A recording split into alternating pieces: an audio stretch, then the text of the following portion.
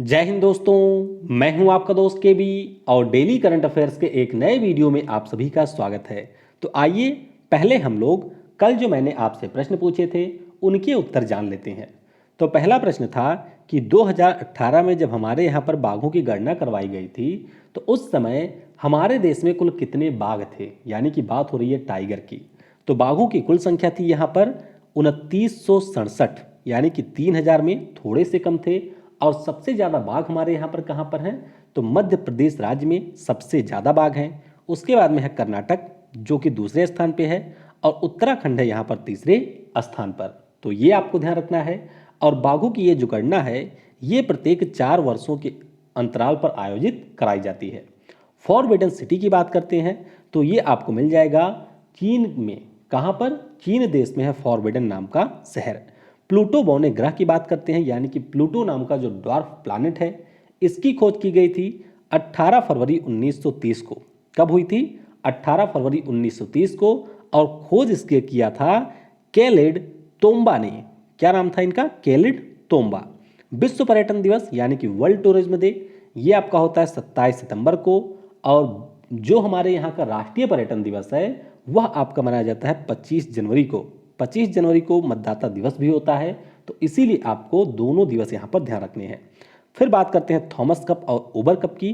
तो ये दोनों बैडमिंटन से जुड़े हुए टूर्नामेंट हैं जिनको अभी कोविड-19 के कारण स्थगित कर दिया गया है। तो ये रहे कल के प्रश्नों के उत्तर। आई होप आपको यहाँ पर प्रश्न क्लियर हुए होंगे। और इस वीडियो की जो पीडीएफ है वह आप टेलीग्राम से डाउनलोड कर सकते हैं। टेलीग्राम पर आपको सर्च करना है सिंपली केवी गुरुजी, और वहां पर मैं आपसे क्विज भी पूछता हूं। तो इसीलिए टेलीग्राम चैनल आप लोग जरूर ज्वाइन कर लें। बाकी वीडियो अगर आपको पसंद आता है तो वीडियो को लाइक करने के साथ साथ शेयर जरूर किया करें। और जो हमारे टॉपिक वाइज करंट अफेयर्स की सीरीज चल रही है उसके अंतर्गत आज हम लोग जो भी हमारे अंतर्राष्ट्रीय स्तर पर रिपोर्ट और सूचकांक जारी किए गए हैं जनवरी से लेकर के सितंबर माह के बीच में, उन सभी को हम लोग डिस्कस करेंगे। और ध्यान रखिएगा ये जो टॉपिक वाइज करंट अफेयर्स की सीरीज होगी, कोशिश मेरी यही रहेगी कि ये पूरे यूट्यूब की पूरी बेस्ट सीरीज हो, क्योंकि मैं इनमें कुल मिलाकर के 25 वीडियो को इंक्लूड करने वाला हूं। यानी कि ऐसा कोई भी टॉपिक नहीं होगा जिसको हम लोग यहां पर छोड़ें। तो वह वीडियो अगर आपको अगले या फिर उसके अगले माह में किसी भी एग्जाम में अपीयर होना है तो उस वीडियो को आप लोग जरूर देखिएगा। चलिए अब देखते हैं आज का पहला प्रश्न क्या है। फोर्ब्स ने अभी एक रिपोर्ट जारी की है जिसमें इन्होंने विश्व के सबसे प्रभावशाली मुख्य विपणन अधिकारी यानी कि चीफ मार्केटिंग ऑफिसर्स की सूची जारी की है। तो इसमें शामिल किए गए एकमात्र भारतीय कौन है, तो उनका नाम आपको बताना है। तो ध्यान रखिएगा रवि संस्थानम जो कि आपकी हैं एचडीएफसी बैंक के, इनको इस रिपोर्ट में शामिल किया गया है। जारी किसने किया है? तो फोर्ब्स के द्वारा यहाँ पर इस रिपोर्ट को जारी किया गया है। और इस रिपोर्ट का नाम है world's most influential CMO. CMO का मतलब है चीफ मार्केटिंग ऑफिसर्स। और एचडीएफसी बैंक के जो रवि संस्थानम हैं ये रहे हैं 39वें स्थान पर। तो आपको सिर्फ ये ध्यान रखना है। बाकी अगर हम लोग बात करते हैं शीर्ष रैंक वालों की, तो एप्पल के फिल सिलर यहाँ पर पहले स्थान पर रहे। WWE की जो स्टेफनी मैकमोहन हैं ये रही दूसरे स्थान पे। और रेस्टोरेंट ब्रांड्स इंटरनेशनल के फर्नांडो यहाँ पर रहे हैं तीसरे स्थान पर। तो आपको सिर्फ रवि संस्थानम का नाम ध्यान रखना है। बाकी एचडीएफसी बैंक की बात करते हैं तो इसका मुख्यालय आपको मुंबई में मिल जाएगा। और एमडी और सीईओ इसके बन गए हैं आदित्यपुरी के स्थान पर शशिधर जगदीशन। तो ये सारी चीज़ें भी आपको ध्यान रखनी है। अगला प्रश्न है अक्टूबर 2020 में किस राज्य में पुनर्निर्मित बापू संग्रहालय का उद्घाटन किया गया? यानी कि बापू म्यूजियम यहाँ पर था जिसको एक बार फिर से थोड़ा सा डेवलप किया गया था और उसी का उद्घाटन किया गया है। तो ये राज्य है आंध्र प्रदेश, यानी कि इस प्रश्न का ऑप्शन डी करेक्ट होगा। तो आंध्र प्रदेश के सीएम कौन है? जगन मोहन रेड्डी। तो जगन मोहन रेड्डी के द्वारा विजयवाड़ा में जो विक्टोरिया मेमोरियल है वहीं पर बापू संग्रहालय का निर्माण किया गया है और इसे एक बार फिर से डेवलप किया गया और इन्होंने इसका उद्घाटन किया है। इसके अलावा आपको यह ध्यान रखना है कि पूर्व स्वतंत्रता सेनानी और हमारे तिरंगे को डिजाइन करने वाले पिंगली वेंकैया जी की एक प्रतिमा का भी यहाँ पर अनावरण किया गया। बाकी आंध्र प्रदेश की बात करते हैं तो काफ़ी सारे कारणों से ये सुर्खियों में रहा था। जैसे कि कल हम लोगों ने पढ़ा था कि खादों के लिए इन्होंने होम डिलीवरी की सुविधा की शुरुआत की है। वाईएसआर जल कल योजना भी इन्होंने शुरू किया है। पहले बल्क ड्रग पार्क की भी इन्होंने स्थापना की है, की जाएगी इनके द्वारा। उसके बाद में estate business reform action plan 2019 जो रैंकिंग है इसमें ये रहा पहले स्थान पर। वाईएसआर संपूर्ण पोषण और वाईएसआर संपूर्ण पोषण प्लस योजना इन्होंने लॉन्च की। दक्षिण भारत की पहली किसान रेल इनके द्वारा लॉन्च की गई। वाईएसआर आसरा योजना भी इन्होंने शुरू की। और इसके अलावा आपको ध्यान रखना है कि जो साक्षरता के ऊपर रिपोर्ट आई थी जिसमें हमारा केरल राज्य रहा था पहले स्थान पर, उसमें आंध्र प्रदेश की स्थिति सबसे ज़्यादा खराब थी, यानी कि ये सबसे निचले पायदान पर रहा था। बाकी राजधानी आपको अमरावती में मिल जाएगी। राज्यपाल बीबी हरिचंदन हैं और मुख्यमंत्री हैं जगनमोहन रेड्डी। उच्च न्यायालय आपको मिल जाएगा अमरावती में, जिसके मुख्य न्यायाधीश है जेके माहेश्वरी। राष्ट्रीय पार्क आपको मिल जाएंगे 1, 2, 3 राष्ट्रीय पार्क यहाँ पर हैं। टाइगर रिजर्व एक है, नागार्जुन सागर श्रीशैलम मंदिर यहाँ पर आपको एक मिलेगा जो कि काफ़ी ज़्यादा प्रसिद्ध है तिरुपति बालाजी का। और एलिफेंट रिजर्व भी एक है जिसका नाम है रायला एलिफेंट रिजर्व। अक्टूबर 2020 में भारत ने किस राज्य में सौर्य मिसाइल के उन्नत संस्करण का परीक्षण किया है? तो ये जो हमारी सौर्य मिसाइल है इसके उन्नत संस्करण का परीक्षण किया गया उड़ीसा राज्य में। तो इस प्रश्न का ऑप्शन ए करेक्ट होगा। अब जब भी उड़ीसा का नाम आए तो आपको यह ध्यान रखना है कि उड़ीसा में है बालासोर, और बालासोर में आपको मिलेगा इंटीग्रेटेड टेस्ट रेंज, जहां पर सभी प्रकार की मिसाइलों का परीक्षण भारत की डीआरडीओ के द्वारा किया जाता है। अब सौर्य मिसाइल की कुछ खास चीजें आपको पता होनी चाहिए, जैसे कि इसका परीक्षण पहले भी किया जा चुका है, लेकिन अब इसको थोड़ा सा अपग्रेड किया गया था और इस अपग्रेडेड वर्जन का यहां पर परीक्षण किया गया है। सौर्य मिसाइल के बारे में आपको यह भी ध्यान रखना है कि इसकी रेंज है 800 किलोमीटर। कितनी रेंज है? इसकी रेंज है 800 किलोमीटर। डीआरडीओ के द्वारा इस मिसाइल का निर्माण किया गया है और ये जो मिसाइल है हमारी वह सरफेस से सरफेस के ऊपर मार कर सकती है, यानी कि जमीन से जमीन पर मार करने की इसकी क्षमता है।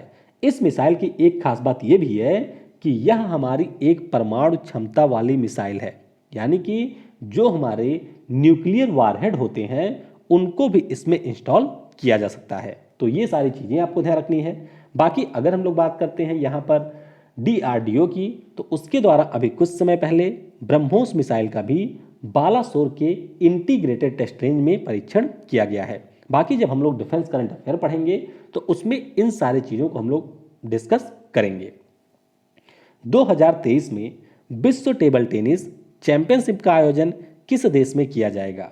तो इसका आयोजन होगा दक्षिण अफ्रीका में, यानी कि इस प्रश्न का ऑप्शन बी करेक्ट होगा। तो दक्षिण अफ्रीका का एक बहुत ही फेमस शहर है जिसका नाम है डरबन, और डरबन में विश्व टेबल टेनिस चैंपियनशिप का आयोजन 2023 में किया जाएगा। आपको थोड़ा सा यहाँ पर यह भी ध्यान रखना है कि जब से विश्व टेबल टेनिस चैंपियनशिप का आयोजन किया जा रहा है उसके बाद से दूसरा ऐसा बार होगा कि जब अफ्रीका महाद्वीप के किसी देश में इसका आयोजन कराया जाएगा, यानी कि 81 वर्ष पहले मिस्र की राजधानी कायरो में इसका आयोजन हुआ था और अब जाकर के दक्षिण अफ्रीका के शहर डरबन में इसका आयोजन कराया जाएगा। इंटरनेशनल टेबल टेनिस फेडरेशन की बात करते हैं तो इसकी स्थापना 1926 को हुई थी। मुख्यालय आपका है स्विट्जरलैंड के लोजेन में और इसके अध्यक्ष हैं थॉमस बिकर्ड। तो ये आप देख सकते हैं दक्षिण अफ्रीका देश की लोकेशन। बाकी इसके भीतर आपको दो देश मिलेंगे, एक तो है लेसोथो और एक है ई स्वातिनी। तो दो इसके प्रमुख देश हैं भीतर, इनके बारे में भी आपको ध्यान रखना है। राजधानी यहाँ पर आपको 3 मिलेंगी। कार्यकारी राजधानी जो कि प्रिटोरिया में है, विधायी राजधानी केप टाउन में है और न्यायिक राजधानी इसकी ब्लोम फोंटेन में है। मुद्रा यहाँ की है रैंड और राष्ट्रपति यहाँ के हैं सिरिल रामाफोसा। और एक जरूरी चीज मैं आपको बता दूं कि अगले कुछ दिनों में, यानी कि आने वाले 1 से 2 दिनों में आपकी जो वीडियो होगी वह कंप्लीटली इंग्लिश में होगी, यानी स्क्रीन पर लिखी हुई लैंग्वेज जो है वह आपकी इंग्लिश में होगी। बाकी उसका एक्सप्लेनेशन जो है वह मैं हिंदी में करूंगा, क्योंकि इंग्लिश थोड़ी सी टाइपिंग भी आसान होती है और मुझे ज़्यादा अनुवाद भी नहीं करना पड़ता है। बाकी हिंदी टाइपिंग अनुवाद करने में काफ़ी ज़्यादा दिक्कत होती है। और टेलीग्राम पर जो मैंने आपसे इसके बारे में राय मांगी थी, तो उसमें भी ज़्यादातर लोगों का यही कहना था कि स्क्रीन की जो लैंग्वेज है वह आपकी इंग्लिश में होनी चाहिए। Coal mines provident fund organisation ने प्रोविडेंट फंड और पेंशन को डिजिटल बनाने के लिए किस नाम से एक इंफॉर्मेशन टेक्नोलॉजी प्रोजेक्ट को लॉन्च किया है? तो इस प्रोजेक्ट का नाम रखा गया है सुनिधि। तो इस प्रश्न का ऑप्शन डी करेक्ट होगा। अब सुनिधि यहाँ पर एक एक्रोनेम है, यानी कि इसका एक बड़ा सा नाम है। तो नाम क्या है? Superior new generation information and data handling initiative, ये सुनिधि का पूरा नाम है। तो coal mine provident fund organisation के बारे में अगर हम लोग बात करते हैं, तो ये हमारे कोयला मंत्रालय के अधीन एक निकाय है और इनके द्वारा ये जो आईटी प्रोजेक्ट लॉन्च किया गया है, इस प्रोजेक्ट के माध्यम से जो भी प्रोविडेंट से संबंधित प्रोविजन होते हैं या उसके लिए जो भी चीज़ें यहाँ पर करनी होती हैं, वह सारी चीज़ें सुनिधि के माध्यम से ऑनलाइन हो जाएंगी। इसके अलावा पेंशन से संबंधित जो भी कार्य होते हैं उसको भी यहाँ पर डिजिटल पूरी तरीके से बना दिया जाएगा सुनिधि आईटी प्रोजेक्ट के द्वारा। और अगर आपको याद हो तो कुछ समय पहले ही मैंने आपको बताया था कि असम राज्य की सरकार ने भी इसी प्रकार से कृतज्ञता नाम के एक पोर्टल को लॉन्च किया है और केंद्र सरकार के द्वारा भविष्य नाम के एक पोर्टल को लॉन्च किया गया था। बाकी CMPFO की बात करते हैं तो इसका मुख्यालय आपको धनबाद में मिल जाएगा और हमारे वर्तमान में कोयला मंत्री हैं प्रहलाद जोशी। अक्टूबर 2020 में किस कंपनी ने BS धनोआ को स्वतंत्र निदेशक के रूप में नियुक्त किया?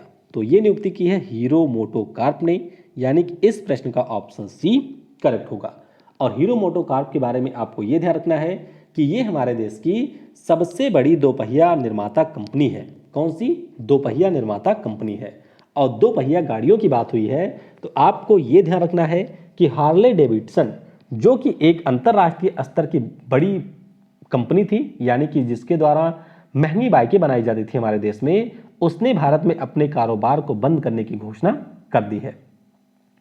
किस भारतीय कंपनी ने डेपाग्लिन नाम से डायबिटीज के लिए भारत में एक जेनरिक मेडिसिन को लॉन्च किया है? तो ये जो मेडिसिन है उसको लॉन्च किया है जाइडस हेल्थ केयर ने। तो इस प्रश्न का ऑप्शन ए करेक्ट होगा। और मैं आपको पहले भी बता चुका हूं कि इस प्रकार की जो दवाइयां होती हैं, जो मेन कंपनी को पेटेंट मिला होता है, उस पेटेंट की समाप्ति के बाद में विभिन्न कंपनियों के द्वारा फिर उस दवाई को लॉन्च किया जाता है। जैसे कि अगर किसी कंपनी ने किसी पार्टिकुलर ड्रग का फार्मूला खोज लिया, यानी कि उस दवाई का फार्मूला खोजा या फार्मूला बनाया, तो फिर उसको कुछ वर्षों के लिए पेटेंट मिलता है और उस दौरान उस कंपोजिशन से उस पार्टिकुलर दवा का निर्माण केवल वही कंपनी कर सकती है। तो अब जो यहाँ पर डेपाग्लिफ्लोजिन नाम का ब्रांड था, इसका पेटेंट समाप्त हुआ और अब यहाँ पर इसे जाइडस हेल्थ केयर के द्वारा डेपाग्लिन नाम से अपने देश भारत में लॉन्च किया गया है। तो ये जो दवा है टाइप 2 की जो डायबिटीज होती है, उसके जो एडल्ट पेशेंट होते हैं, उन सभी में ग्लाइसेमिक के कंट्रोल के लिए लॉन्च किया गया है। तो डायबिटीज़ के बारे में आप लोगों ने शायद पढ़ा भी होगा, नहीं पढ़ा है तो आप पढ़ लीजिएगा। तो डायबिटीज़ के लिए इसको लॉन्च किया गया है। वैसे बात करते हैं जाइडस हेल्थ केयर की, तो ये हमारे भारत की एक दवा निर्माता कंपनी है और मुख्यालय आपको कहाँ मिल जाएगा? अहमदाबाद में। अक्टूबर का माह किस प्रकार के कैंसर के प्रति जागरूकता बढ़ाने के लिए मनाया जा रहा है?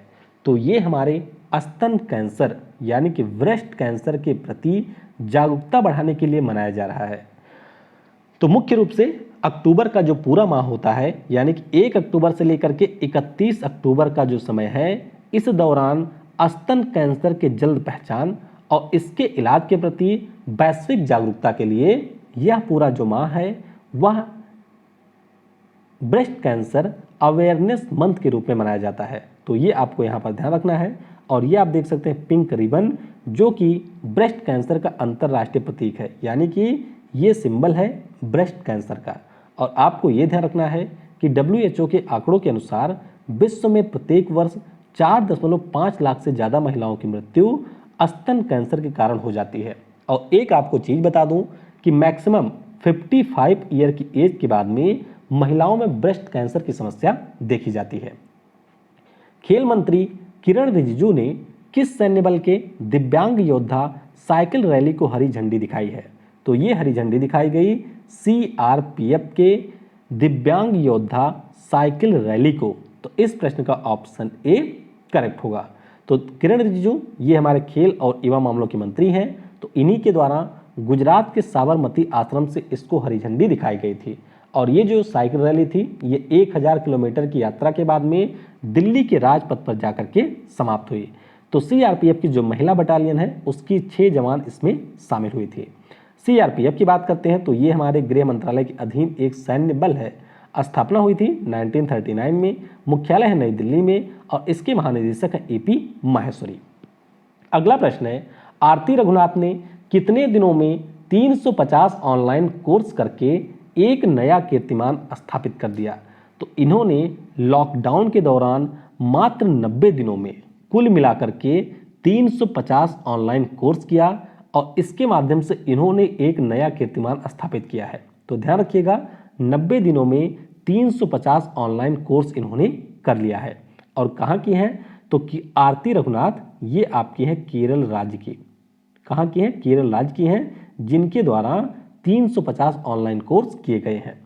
चलिए कुछ अन्य महत्वपूर्ण चीज़ें भी जान लेते हैं वन लाइनर के फॉर्म में। तो धनलक्ष्मी बैंक, तो धनलक्ष्मी का जो बैंक है, धनलक्ष्मी जो बैंक है, इसके बोर्ड में अतिरिक्त निदेशक के रूप में डीके कश्यप की नियुक्ति की गई है। और आपको बताना है कि धनलक्ष्मी बैंक का मुख्यालय कहाँ पर है। मोहित कपूर इनको महिंद्रा ग्रुप के वाइस प्रेसिडेंट के रूप में नियुक्त किया गया है। किसको? मोहित कपूर को महिंद्रा ग्रुप के वाइस प्रेसिडेंट यानी कि उपाध्यक्ष के रूप में नियुक्त किया गया है। छत्तीसगढ़ ने कोविड-19 के प्रसार को रोकने के लिए सामुदायिक सर्वेक्षण अभियान की शुरुआत की है। अपूर्वी चंद्रा इनको भारत की नई श्रम सचिव के रूप में नियुक्त किया गया है। और अहमदाबाद में जो साबरमती सेंट्रल जेल है वहां पर रेडियो प्रिजन की शुरुआत की गई है, यानी कि जो भी कैदी रहते हैं उनके लिए यहाँ पर रेडियो की शुरुआत की गई है और उनको रेडियो के माध्यम से अच्छी अच्छी चीज़ें बताई जाएंगी। तो ये सारी चीज़ें भी आप थोड़ा सा ध्यान रख सकते हैं। बाकी आज के वीडियो से आपके लिए प्रश्न है, रुपया मुद्रा का इस्तेमाल करने वाले कुल देशों की संख्या कितनी है? यानी कि रुपया हो या फिर रुपया हो, तो इस प्रकार से कितने देश हैं जिनके द्वारा रुपया नाम से करेंसी का इस्तेमाल किया जाता है? 2 बार भारत के कार्यवाहक प्रधानमंत्री के रूप में कार्य करने वाले हमारे देश के प्रधानमंत्री कौन है?